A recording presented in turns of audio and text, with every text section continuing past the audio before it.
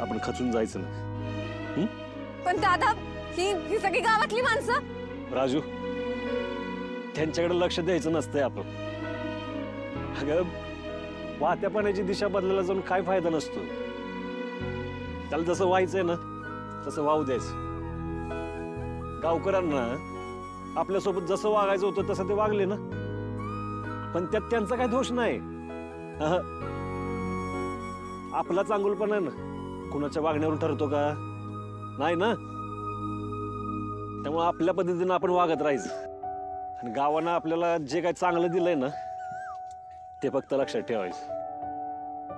हे बघ, या गावाचं आहे ना लय उपकार आहेत माझ्यावर. त्यामुळे मला खात्री आहे हे गाव आहे ना एक ना एक दिवस मला नक्की जवळ करेल. चल निघूया आपण इथं. चिमू, सूर्या दादा, चिमू, सूर्या दादा.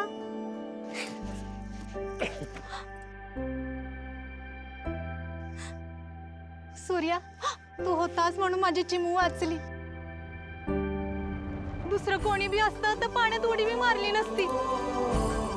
पण तू स्वतःचा विचार न करता माझ्या पोरीला वाचवलंयस. मी तुझे हे उपकार कधीच विसरणार नाही. आम्हाला माफ कर. तुझी सावली काळी असू शकत नाही. तू गावाला उजळून टाकणारास तू सूर्य आहे सूर्या. तू आज नसता तर माझी पोरगी वाचलीच नसती. ताई उठा तू. हे बघा, हे जे काय आहे ना ते देव आपल्याकडनं करून घेतो. माझ्याकडनं पण त्यानंच करून घेतलं. त्यामुळे तुम्ही माझ्या नका पाया पडू. काय ग बाळा, आता मी होतो म्हणून तू वाचलीस. प्रत्येक वेळी तुझा सूर्यदादा असणार आहे का तुझ्यासोबत? नाही ना.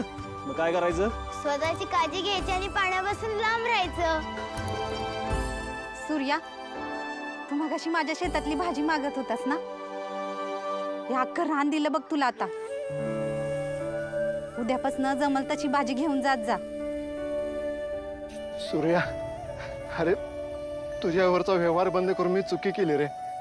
माझ्या पडत्या काळात मला जमत नव्हतं तेव्हा माझ्या शेतातला पाळली भाज्या तूच मार्केटला घेऊन जात होतास.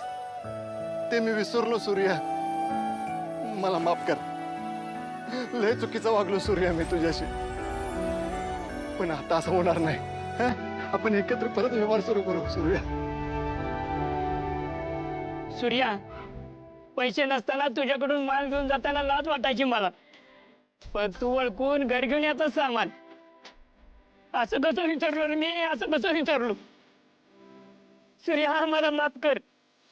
उद्यापासून तुझ्या दुकानचा पहिला गिराईक मी आहे सूर्या. पहिला गिराईक मी आहे. सूर्या, तू काळजी करू नकोस. आम्ही आहे तुझ्या बरोबर. तू दुकानात सामान भर, मग बघू कशी माणसं येत नाही तिथे. सूर्या, तू उद्यापासून कॅन्ड बघायला सुरुवात कर. तुला मी दूध घालतो, पण तुझा दुधाचा धंदा बंद करून देणार नाही. बघ, आपल्या गाववाल्याचं दुकान असताना बाहेरनं कशाला काही सामान आणायचं? सूर्या दादा, तू काळजी करू नकोस. मी सगळ्यांना समजून सांगतो.